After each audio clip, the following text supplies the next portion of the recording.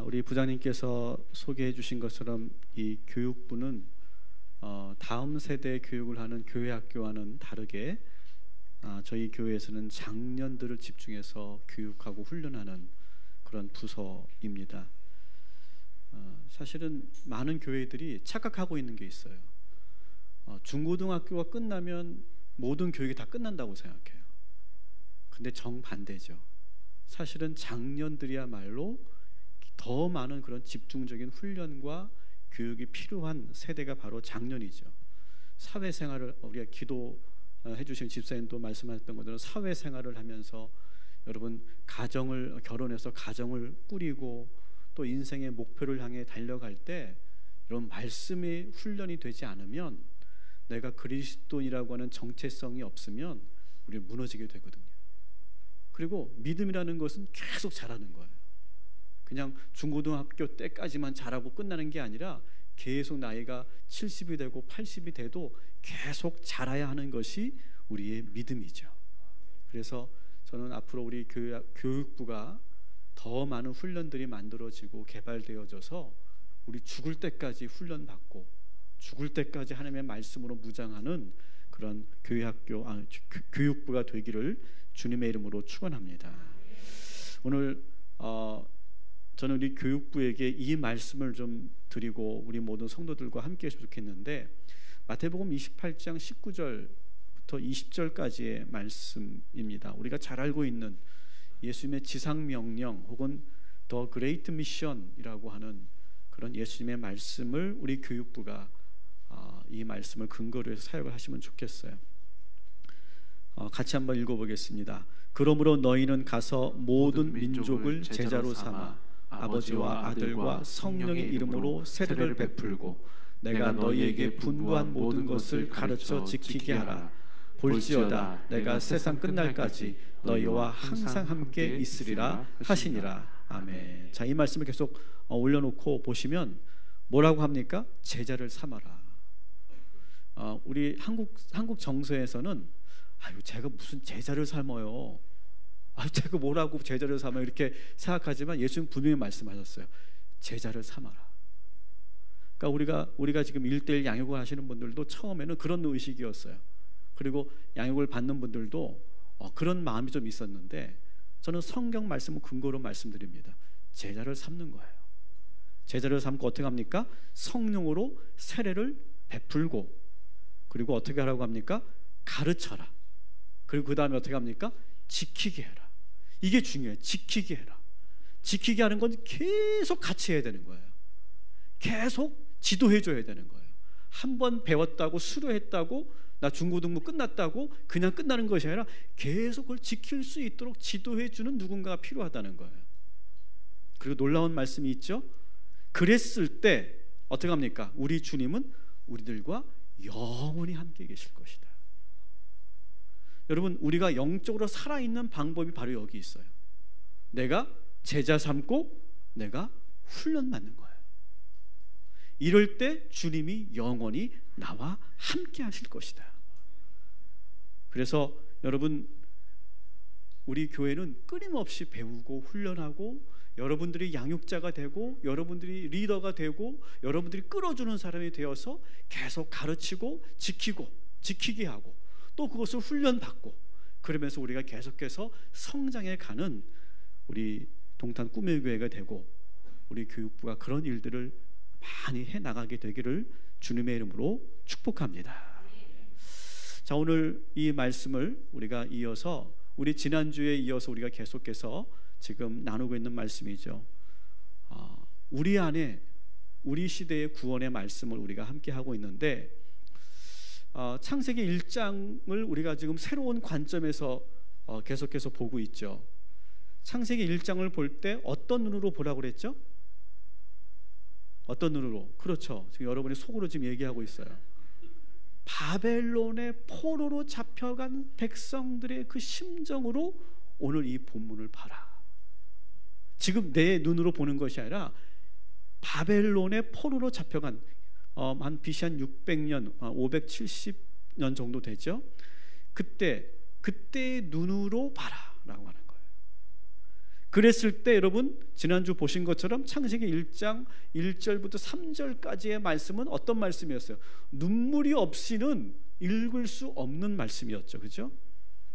눈물을 흘릴 수밖에 없는 그 포로로 잡혀갔던 그 이스라엘 백성들이 혼돈과 공허와 깊은 흑암 속에 빠져 있을 때 그때 하나님께서 뭘 주셨습니까? 질서와 빛을 주셨다. 그리고 그 말씀을 듣고 이 이스라엘 백성들이 감동의 눈물 그리고 기쁨의 눈물을 흘리지 않았습니까? 그리고 오늘 이제 우리가 이제 4절부터 10절까지 어쩌면 1절부터 10절까지 봐야 되는데 아니면 1장 전체를 봐야 되는데 이 7일간 하나님께서 천지를 창조하신 이 말씀도 아주 대단한 깊은 감동이 있는 말씀이에요.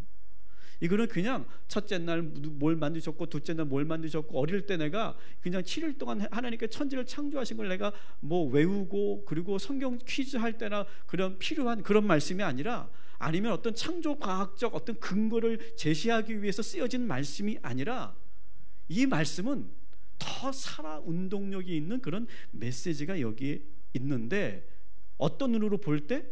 바벨론으로 포로로 잡혀간 이스라엘 백성들의 눈으로 볼 때 이 말씀은 아주 강력한 그런 능력의 말씀이 된다라고 하는 거예요. 자, 그런 눈으로 우리 한번 1절부터 10절까지 우리 한 목소리로 천천히 같이 읽겠습니다. 누구의 눈으로? 바벨론 포로로 잡혀간 이스라엘 백성들의 눈으로. 준비되셨죠? 지금 내 눈으로 보는 게 아니에요. 그들의 심정으로 보라는 거예요. 자, 같이 읽습니다. 시작. 태초에 하나님이 천지를 창조하시니라. 땅이 혼돈하고 공허하며 흑암이 깊음 위에 있고 하나님의 영은 수면 위에 운행하시니라. 하나님이 이르시되 빛이 있으라 하시니 빛이 있었고 빛이 하나님 보시기에 좋았더라. 하나님이 빛과 어둠을 나누사 하나님이 빛을 낮이라 부르시고 어둠을 밤이라 부르시니라. 저녁이 되고 아침이 되니 이는 첫째 날이라. 하나님이 이르시되 물 가운데 궁창이 있어 물과 물로 나누리라 하시고 하나님이 궁창을 만드사 궁창 아래의 물과 궁창 위의 물로 나뉘게 하시니 그대로 되니라. 하나님이 궁창을 하늘이라 부르시니라. 저녁이 되고 아침이 되니 이는 둘째 날이라. 하나님이 이르시되 천하의 물이 한 곳으로 모이고 물이 묻이 드러나라 하시니 그대로 되니라. 하나님이 묻을 땅이라 부르시고 모인 물을 바다라 부르시니 하나님이 보시기에 좋았더라. 아멘. 자, 이 말씀을 여러분 읽으면서 어떤 은혜를 받으셨습니까? 그들은 지금 이 말씀을 읽으면서 어떤 마음이었을까요? 그들의 심정을 잘 알 수 있도록 도와주는 그런 영상을 제가 하나 보여드리겠는데 한 2013년 정도에 제작된 EBS에서 제작된 다큐멘터리 위대한 바빌론이라고 하는 그런 다큐멘터리인데요. 3부작으로 되어 있습니다. 한번 보십시오.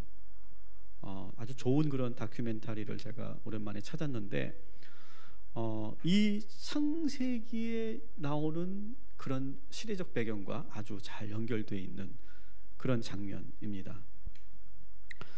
네, 지금 이 장면을 여러분 염두에 두시고 오늘 이 창세기 1장을 읽으셔야 됩니다. 지금 포로로 잡혀간 이스라엘 백성들이 그 포로민들이 지금 바벨론 도시를 지금 보고 있는 거예요. 충격적인 그런 광경이죠. 한 번도 보지 못했던, 꿈에도 상상할 수 없었던 엄청난 도시가 그 사막 한복판에 지어져 있는 것을 보면서 엄청난 충격을 받습니다. 이스라엘 백성들은 성벽의 그 높이와 그 아치 양식의 그 대형 성문을 들어갈 때 상당한 위협감을 느꼈을 것이고, 모든 아까 그 동물 모양 있죠? 모든 신들의 그런 문양이 벽화로 쫙 있는 이스타르 문을 통과할 때는 아마 영적으로도 위축이 됐을 거예요. 이 바벨론이 최고의 신으로 믿는 이 마두룩 신, 이 마두룩 신을 섬기는 그런 신전이 바벨론 안에 무려 1000개나 있었고, 지금 여러분 사진에서 보시면 가장 높이 우뚝 솟아 있는 저 탑이, 탑 꼭대기에 지금 마두룩 신을 섬기는 신전이 올려져 있어요. 저 높이가 91m 정도 돼요. 높이가. 지금 우리 우성 KTX 타워 몇 미터 정도 될까요? 한 3m로만 잡는다면 뭐 한 34 계산이 안 되네. 30m에 35m 정도. 근데 여기 몇 미터라고요? 95m. 얼마나 놀랐을까요? 충격 그 자체였어요. 저 높은 곳에 그들이 섬기는 마두룩 신의 신전이 있어요. 그러니까 예루살렘의 그 뭐 하나님을 모시는 그러한 그 예루살렘의 성전은 비교도 할 수 없는 거예요. 여러분, 얼마나 그 광경을 보면서 위축되었겠어요. 나라를 잃었죠. 다 폐허가 됐죠. 지금 끌려왔는데 정말 상상할 수도 없는 그 광경을 보면서 이 이스라엘 백성들이 느꼈을 그 영적 충격, 이것은 이루 말할 수가 없는 상황이에요. 여러분 혹시 어느 이렇게 장소를 갔는데 위축된 경험 있어요?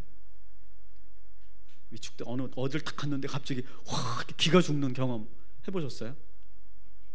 네? 에펠탑 좋겠다. 에펠탑도 가보고 갑자기 위축이 되네. 저는 시골에서 목회를 하다가 오랜만에 명동 어느 백화점을 갔는데요. 저도 그래도 서울 출신입니다. 그래서 서울에 살 때는 뭐 그게 다 우리 동네지 뭐, 그냥 서울에 있는 그냥 백화점이지, 그렇게 생각하고 지냈는데, 시골에서 제가 낡은 봉고차를 몰고 그냥 복장도 아주 시골스러운 복장, 뭐 옷 같은 걸 뭐 사입지를 않으니까 시골에서 목회할 때는. 그리고 백화점을 갔는데요, 이상하게 사람들이 나만 쳐다보는 것 같아. 막 나만 쳐다보는 것 같고, 막 직원들이 인상 쓰는 것 같더라고. 왜 저런 촌스러운 사람이 이런 백화점에 왔어? 그러지는 않을 텐데 자꾸 그런 느낌이 드는 거예요, 순간. 그리고 백화점 쇼핑을 하러 온 사람들의 옷차림을 안 볼래 안 볼 수가 없더라고. 자꾸 그들의 옷차림과 내 옷차림이 막 비교되는 것 같고, 막 그냥 어떻게 내가 내생은 안 했지만 빨리 내가 살던 청라로 가고 싶더라고요. 내가 살던 그 시골로 가고 싶은 거예요. 그리고 뭐 몇백만 원, 몇천만 원짜리 명품 샵은 근처도 못 갔어요. 저는 주로 할인 매장만 이렇게 돌아보기만 했어요. 그러면서 마음이 참 어렵더라고요. 야, 사람이 이렇게 위축되는구나. 근데 여러분, 이 이스라엘 백성들이 느꼈던 이 위축감은 저의 몇 배, 몇십 배겠죠. 그래서 사실 이 이스라엘 백성들은 포로로 잡혀 있으면서도 틈만 나면, 시간만 있으면 그 도시에 머물지 않고 자꾸 강으로, 산으로 모였어요. 제가 한 2주 후에, 한 2, 3주 후에 제가 이 바벨론에서 있었던 그 포로민들의 그 슬픈 애환을 제가 또 설교할 시간이 있을 텐데, 그들은 그 도시의 그 광경, 그 성벽만 봐도 위축되니까 자꾸 산이나 강에서 주로 모였어요. 그들은 이 어마어마한 도시가 좋아 보이지 않았어요. 자꾸 나를 위축시키고 기죽이는 그런 모습으로 여전히 계속해서 괴롭혔어요. 너무 비참한 상태. 이미 우리 고국은 다 무너지고 예루살렘의 성전은 완전히 폐허가 되고 약탈당하고 그렇게 완전히 무너져 있는데, 이 거대한 화려한 이 매력적인 이 도시를 보니까 마음이 늘 슬프고 화도 나고, 그러면서도 인정 안 할 수 없이 자꾸 내가 초라해지고 위축되는 거예요. 더 큰 문제는 뭐냐? 하나님을 믿는 자기들보다 저 마두룩 신을 믿는 저 바벨론 사람들이 더 강해 보이고 더 행복해 보였다는 거예요. 여러분 실제로 그렇지 않아요? 하나님을 믿는 백성들은 포로민이 됐고요, 마두룩 신을 믿는 이 나라는 무슨 축복을 받아서 무슨 지금 일이 일어나길래 이 엄청난 그런 부귀와 영화를 누리고 있냐고요. 이스라엘 백성들이 모이면 모일 때마다 울기만 했어요. 늘 기가 죽어 있었어요. 찬양할 기분도 아니었어요. 그래도 용기 내서 하나님을 찬양하고 있을 때, 제가 나중에 이 부분을 설명할 텐데, 찬양하고 있을 때 막 바벨론 사람들이 찾아와서 막 조롱합니다. 뭐라고 조롱하는 줄 아세요? 자기 백성 하나 지키지도 못하는 그 신을 뭘 찬양하고 있냐, 우리가 믿는 마두룩 신이나 너희들을 섬겨라. 그런 말을 계속 들으면서 눈물 흘리며 눈치 보며 찬양도 못하고 기도도 못하는 그러한 상황에서 이 이스라엘 백성들은 이 바벨론에서 살고 있는 거예요. 이렇게 나라를 잃고 무기력하게 끌려온 백성들이 이렇게 계속 열등감과 자격지심에 빠져 있는 것을 본 같이 함께 왔던 종교 지도자들, 영적 지도자들이 야, 이거 안 되겠다, 무슨 일이라도 이거 해야 되겠다 라고 생각하고 그들이 한 작업이 뭐냐면, 오래전부터 우리 히브리인들이 가지고 있었던 그런 역사 속에 있었던 하나님께서 이 세상을 창조했다라고 하는 이 믿음을 지금 이 바벨론의 포로로 잡혀가 있는 이 동포들에게 이것을 분명하게 심어줘야 되겠다. 그래서 함께 포로로 잡혀갔던 많은 제사장들과 율법학자들과 많은 그런 종교 지도자들이 지금 아무것도 없잖아요, 수중에. 그런데 구전으로 들었던 내용을 정리하고 또 그래도 가져왔던 여러 가지 성문서와 여러 가지 문서들을 조합해서 이스라엘 백성들에게 꼭 전하고 싶은 그러한 말씀을 지금 정리해 놓은 거예요. 그것이 바로 이 창세기 1장 그리고 2장 3절까지의 말씀이에요. 그런 마음으로 오늘 이 구절을 우리가 읽어야 된다는 거예요. 여기서 여러분 1장 1절 뭐죠? 우리가 잘 알고 있는 말씀 같이 읽습니다. 시작. 태초에 하나님이 천지를 창조하시니라. 여러분 이 구절은요 어떻게 읽어야 되는 줄 아세요? 태초에 하나님이 천지를 창조하셨다. 태초에 우리 하나님께서 이 세상을 창조하셨다. 누군가가 이 구절을 읽을 때는 정말 이렇게 저보다 더 크고 비장한 자세로 모습으로 선언적으로 읽어야 되는 거예요. 여러분 만일 이 1장 1절을 바벨론의 왕이나 관리들이 들었으면 어떻게 됐을까요? 붙잡혀가는 거예요. 그만큼 파괴력이 있고 그만큼 파급력이 있는 그런 구절이에요. 바벨론 사람들은요 이 세상에 어떻게 창조되었다고 믿고 있는지 아십니까? 자기들이 믿는 신 마두룩이 이 세상을 창조했다고 믿었어요. 근데 지금 거기에 정면으로 반박하는 거예요. 정면으로 지금 대치하는 거예요. 아니다, 우리 하나님이 이 세상을 창조했다.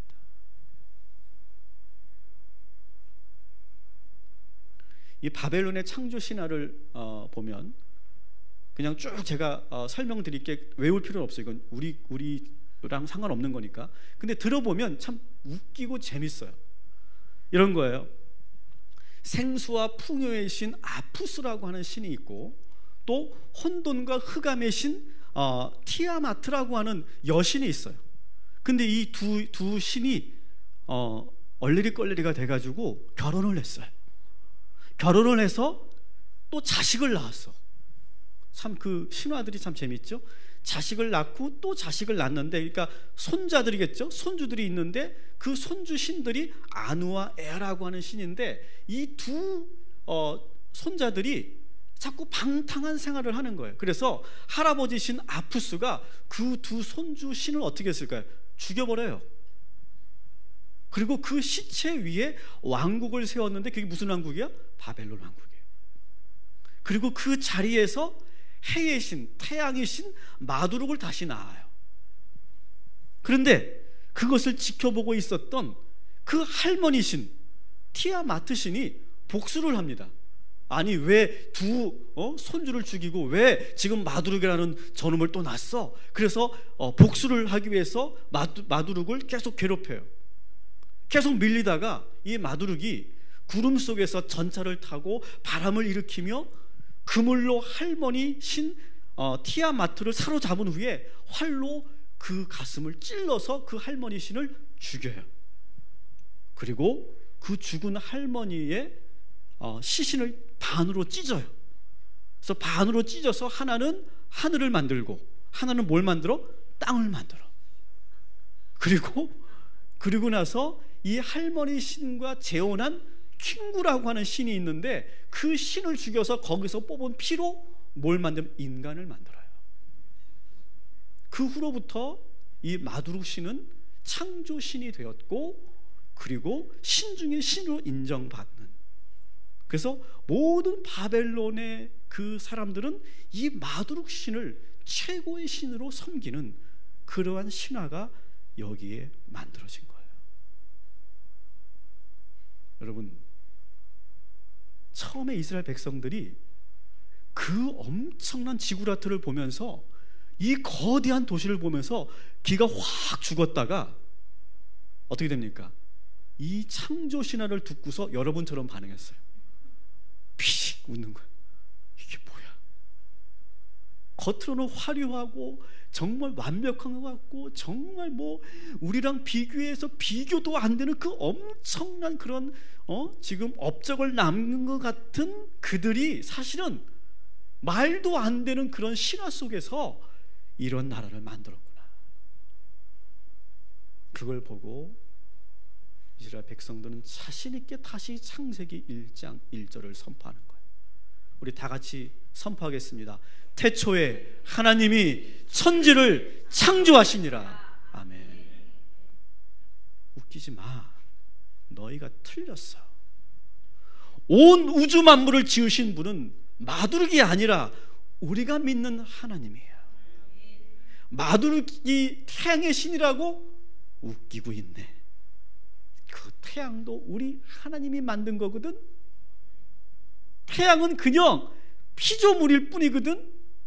너희들이 웅장하게 만든 그 신들을 쫙 벽에 지금 새겨놓은 그 이스타르문에 있는 그 모든 신들, 그 신들은 다 거기에 동물들로 형상화 되어 있는데 그 동물도 우리 하나님이 만들었거든.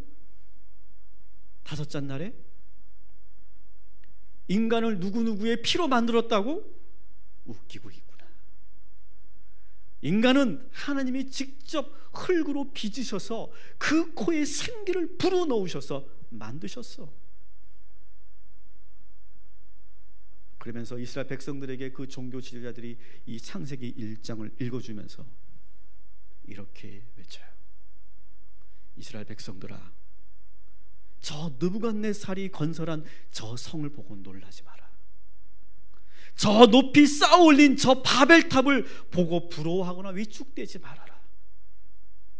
우리 하나님은 우주 만물을 지으신 분이다. 이깟 바벨론 이 도시 하나 가지고 왜 위축되느냐? 왜? 이 도시는 사람들을 강제로 노역시키고 고통을 안겨주면서 수많은 사람들이 죽이면서 희생시켜가면서 만들어진 전혀 거룩하지 않은 도시다. 우리 하나님은 이 세상을 어떻게 만드신지 아냐? 누구의 희생도 없이 오직 말씀으로만 이 세상 우주 만물을 지으셨다. 이깟 인간이 만든 도시를 보고 위축되거나 부러워하지 말아라. 우리 여호와 하나님이 지으신 이 하늘과 궁창을 봐라. 이 우주를 봐라. 저 하늘을 봐라. 저 수많은 별들을 봐라. 왜 저 건물을 보고 있느냐? 저 헤엄치는 물고기들과 저 뛰는 들짐승들을 봐라. 저기 저 아름다운 꽃들을 보고 저렇게 무성하게 자라고 있는 저 나무들을 봐라. 인간은 절대 흉내낼 수 없어. 여기 바벨론이 아무리 대단해 보여도 하나님에게는 아주 작은 미니어처에 불과해. 우리의 눈을 저 높이 계신 하나님께로 향하자. 우주를 바라보자. 더 높이 봐라. 더 높이, 더 넓게 봐라. 영적으로 보이지 않느냐? 하나님이 우리를 창조하신 것이다. 자, 그러니 이스라엘 백성들아, 가슴을 쫙 펴고 자신 있게 당당하게 누구에게도 위축되지 말고 부러워하지도 말고 우리가 믿는 하나님만 믿고 여기 바벨론에서 멋있게 살아가자. 여러분, 그러한 관점에서 오늘 창세기 1장에 쓰여진 거예요. 여러분, 이 말씀은 오늘 우리들에게도 적용되는 줄 믿습니다. 여러분, 어떤 사람의 그 집이나 그 사람의 지위나 그 사람의 외모나 그 사람의 어떤 그런 타고 다니는 차나 그런 것에 위축되지 마세요. 우리는 하나님만 바라보는 사람들이에요. 당당해지십시오. 계속해서 이 지도자들이 이스라엘 백성들에게 또 읽어줍니다. 26절부터 31절까지 우리 또 그런 마음으로 한번 읽어보겠습니다. 같이 읽습니다. 시작. 하나님이 이르시되 우리의 형상을 따라 우리의 모양대로 우리가 사람을 만들고 그들로 바다의 물고기와 하늘의 새와 가축과 온 땅과 땅에 기는 모든 것을 다스리게 하자 하시고, 하나님이 자기 형상 곧 하나님의 형상대로 사람을 창조하시되 남자와 여자를 창조하시니라. 하나님이 그들에게 복을 주시며 하나님이 그들에게 이르시되 생육하고 번성하여 땅에 충만하라. 땅을 정복하라. 바다의 물고기와 하늘의 새와 땅에 움직이는 모든 생물을 다스리라 하시니라. 아멘. 계속해서 하나님이 이르시되 내가 온 지면에 씨 맺는 모든 채소와 씨 가진 열매 맺는 모든 나무를 너희에게 주노니 너희의 먹을거리가 되리라.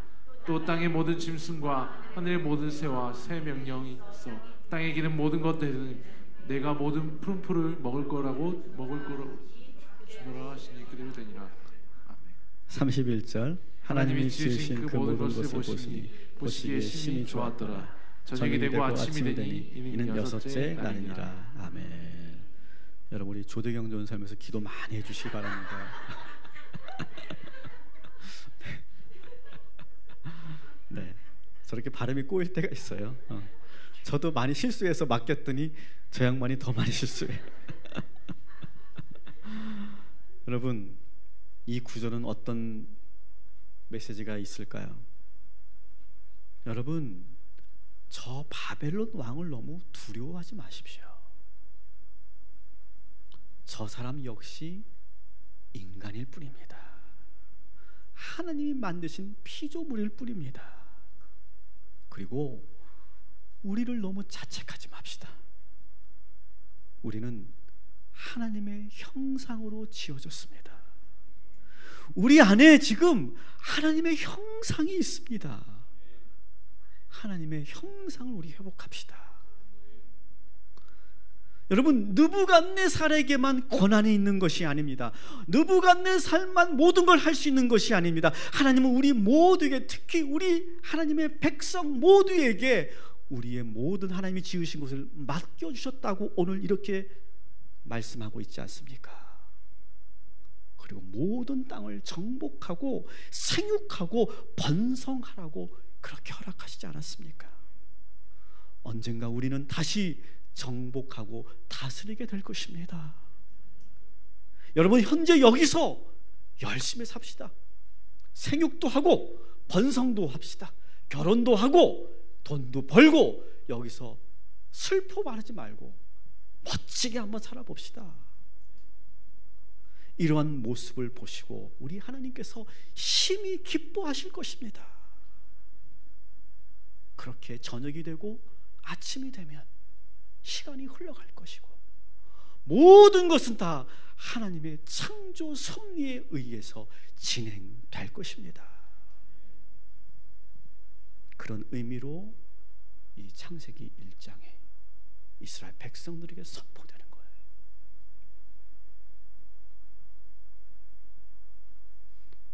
여러분, 이 말씀을 들은 이스라엘 백성들이 어땠을까요? 모든 위축됐던 마음이 다 사라지고 말씀이 들어오고 말씀이 들리니까 하나님을 만나게 되고 모든 두려움과 위축된 마음이 사라지고 그러면서 구원의 기쁨이 저들에게 흘러 넘치는 거예요. 이스라엘 백성들은 70년 동안 포로로 잡혀가 있으면서 계속 이렇게 말씀을 읽고 또 읽는 거예요. 매일 모여서 창세기 1장만 읽어도 감동이 되고 은혜가 되는 거예요. 어릴 때 그냥 예루살렘에서 살 때 그냥 어릴 때 할아버지가 들려주시고 아버지가 들려주실 때는 그냥 재밌는 이야기구나 그렇게 생각했던 이 말씀이 지금 포로로 잡혀와서 다시 들으니까 새롭게 이 말씀이 들리고 생명의 말씀이 되고 나를 회복시키는 말씀이 되는 거예요. 여러분, 창세기 1장의 이 천지창조의 하나님의 이 고백은 구원의 말씀인 줄 믿으시기 바랍니다. 이것을 우리들의 삶에 그대로 적용해서 여러분들에게 마지막으로 선포하고 마칠게요. 여러분, 우리가 믿는 하나님이 진짜 하나님이심을 믿으시기 바랍니다. 마두룩과 같은 그러한 이 다른 신을 섬기는 사람들이 우리보다 더 잘 나간다고요? 하나님을 믿지 않아도 더 성공하고 더 부자라고요? 여러분, 거기에 부러워하지 마십시오. 다 허사입니다. 허사. 마두룩의 그 창조 신화가 우리가 들으면서 웃었던 것처럼 저들의 그 속으로 들어가 보면 다 골마 있고 다 아무것도 아니에요. 우리는 하나님의 백성이에요. 여러분, 이 사실을 믿지 마세요. 위축되지 마세요. 여러분, 부러워하지 마세요. 비교하지 마세요. 대신 하나님이 지으신 이 우주 만물을 바라보세요. 우리는 다 하나님의 형상으로 취급받았어요. 하나님께서 우리가 그렇게 살 때 심히 우리를 바라보시며 기뻐하여 주실 줄 믿습니다.